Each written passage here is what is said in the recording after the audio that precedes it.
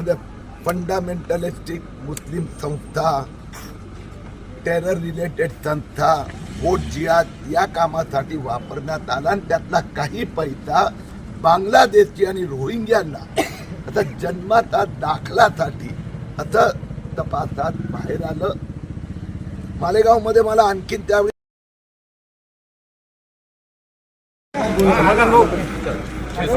साहेब अतिशय गंभीर मुद्दा घेऊन तुम्ही आज अमरावतीत आलेले आहात, तर तुमच्याकडे जी इन्फॉर्मेशन आहे ती काय आहे?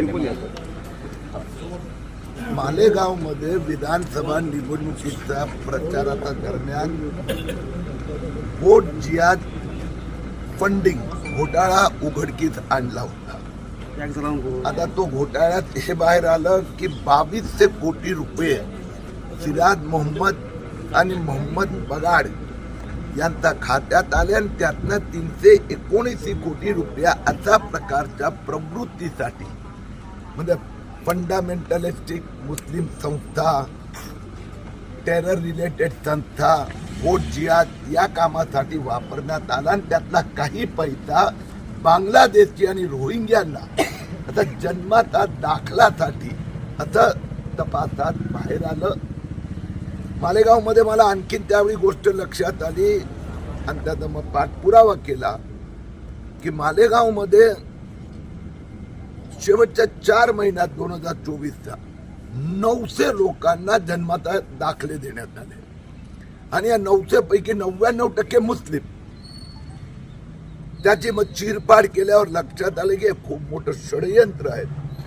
वर्तमानपत्रात जाहिराती द्यावे लागतात, त्या जाहिरातीमुळे अंजनगावचा एका कार्यकर्त्याने ही गोष्ट आमच्या लक्षात 10 दिवसापूर्वी आणून दिली आणि त्यात मग आपण पाहिलं काल मुख्यमंत्री देवेंद्र फडणवीस यांनी सांगितलं अंजनगाव 1,60,000 तहसील, 60,000ची नगरपालिका, त्यात 20,000 मुस्लिम आणि 14 ते अर्ध आले आहे.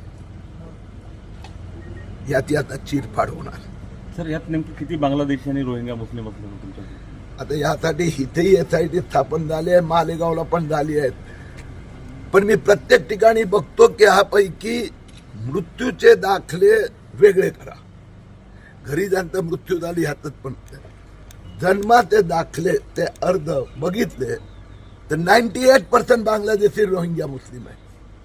भिवंडीत 500, मालेगावमध्ये 1100, हा एवढा अंजनगावमध्ये 14 अर्ज आले आणि या सगळ्यांचा जन्म ते म्हणतात अंजनगावमध्ये जात आहे. आणि केव्हा हे सगळे 1991चा आधी जन्मलेले म्हणजे फ्रॉड आहे. तहसीलदार म्हणतायत की नियमाबाहेर जाऊन कुठलंही काम केलं नाही. तुमच्या सरकारमध्ये प्रशासनातले अधिकारी भाऊ आपण पत्रकार तहसीलदार म्हटल्यानंतर SIT स्थापन जिल्हाधिकाऱ्यांनी केली ना, अजून SITचं कामच सुरू झालं नाही. तर ज्यांनी घोटाळा केला असेल त्याच स्टेटमेंट देणार. Ignore it. नाही सर, म्हणजे आपली जी गुप्तचर यंत्रणा वगैरे त्यांचं अपयश असावं असं मला वाटतं. जर इतकं मोठं फ्रॉड असते तुमच्या घरात की माझ्या घरात चोरी झाली तर आपली सुरक्षितता हे बरोबर नाही आहे हे म्हणणं चुकीचं आहे. फ्रॉड, फोर्जरी लगेचच लक्षात आणली ना, कारण की हा सगळे 2024 मध्ये निवडणूक आचारसंहितेचा काळाचा दुरुपयोग केला आणि खूप लवकर हे फडणवीस सरकार म्हणजे किरीट सोमय्यांनी उघडली की आणलं, पण मुख्यमंत्र्यांचा पाठिंबा आहे म्हणून लवकरात लवकर हे तर आम्हाला फायदा झाला. आम्हाला म्हणजे आपल्याला सगळ्यांना की एवढ्या लोकांकडे जन्माचे दाखले नाही, तपास करा मध्ये जन्म कुठे झाला होता. आता त्याने आपल्याला फायदा करून दिला. एक शेवटचा प्रश्न होता, निवडणुकीचा जरी हे बाकीचा हा मुद्दा बाजूला ठेवला तर राष्ट्रीय सुरक्षेच्या दृष्टीने हा फार महत्वाचा मुद्दा आहे. स्वाभाविक आहे. इथल्या जिल्हाधिकारी आणि तहसीलदारचा आम्ही हिशोब नंतर घेऊ.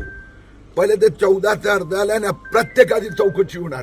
तुझा जन्म केव्हा झाला, मग तुझा आईचा कुठे झाला, वडिलांचा कुठे झाला, भावाचा कुठे झाला, आणि आतापर्यंत काय 60 वर्षाचा माणूस, 40 वर्षाचा माणूस, परिवारातले 4 लोक, आतापर्यंत म्हणजे हे सगळे बांगलादेशी रोहिंग्यांना बस मध्ये भरवून आम्ही बांगलादेश पाठवणार.